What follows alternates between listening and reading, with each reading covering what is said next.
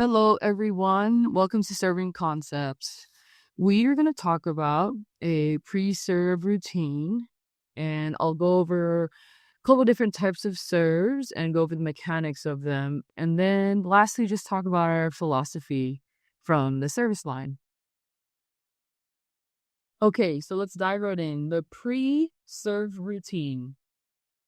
The moments leading up to your serve can have a pretty big impact on what kind of server you are, how efficient or let's say how effective you are. Okay, so first, we want this routine to include a breath. And you might bounce the ball or have some other little behaviors that you do, but I encourage you to have a breath. And the hope is that that's just going to help kind of calm our nerves down. And when we get nervous or one of the first things to change is that our heart rate goes up or it races. And so breath can help that bring it back down and can help you just be in the present moment.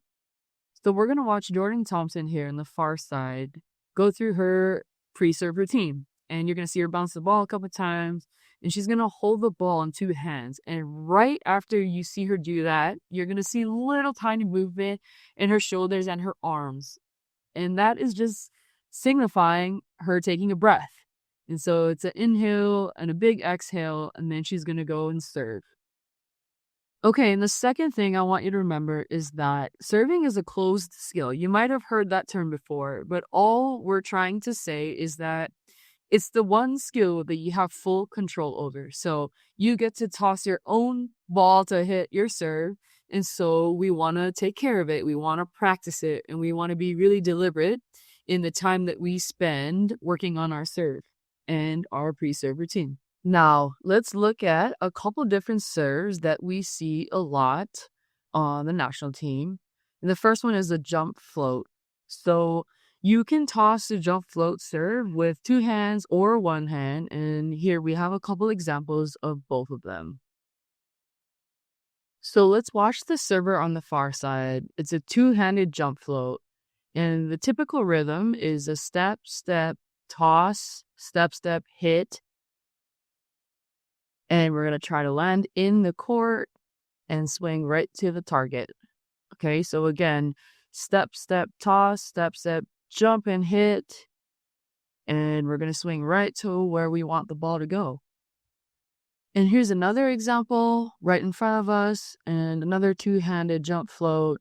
And again, we are trying to step, step, toss, step, step, hit. And if we're right-handed, we're going to start with our right. And if we're left-handed, we're going to start with our left foot. Okay, and ideally, like Kim Hill is doing here, we want to jump and land in the court and really try to drive that ball low to the net. And now with the one-handed toss, just make sure at the start your hitting elbow is back. All right. And then you're still going to swing through to the target, toss that ball out in front, and still trying to drive it low and flat with no spin and having a lot of movement like Haley's just did.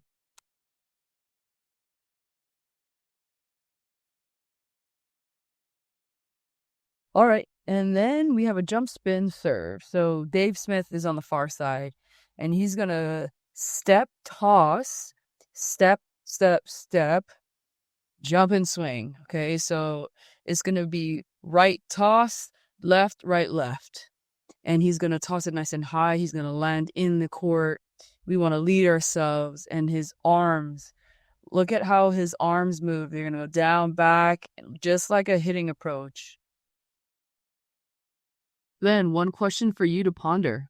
Are there other serves or other variations of these same serves that you've seen? Or maybe you even have that variation of this serve.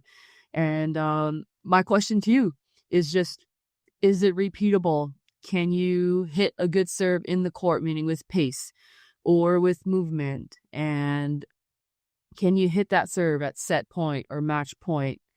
And hopefully the answer is yes. And if it's not, then the first thing I think about is just, can you make it simple? and work on your contact and work with your coach and how you can make that more consistent and more repeatable. And finally, our philosophy. Let's attack from the service line, guys. Drive that serve. Keep the pressure on the other team, whether it's serving space, whether it's with your pace of the serve. We want to keep the pressure on the other team. And we've talked about this serve in a lot.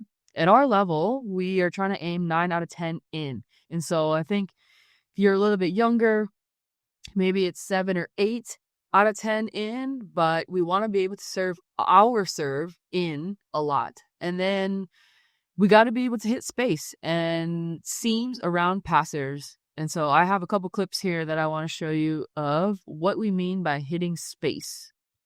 Here we have our women's national team outside hitter, Michelle Barch. And she's going to serve the space between middle back and left back and really force that outside hitter to move a lot and pass. All right, and then here's another really good serve down the line. And yes, that's a really accurate serve, but look at the damage it causes. Okay, guys, time to go to work. So first, pick your focus, okay? And you can talk to your coach about it. Work on it during training. Work on it after training if you have time. And even if you have to work by yourself, my suggestion to you is to start a journal. Okay, write down what you're going to focus on and check in with yourself after every training. You can take notes on what worked, what went well, what didn't work so well. And another way to kind of test your progress is see how many times out of 10 you can serve that serve in.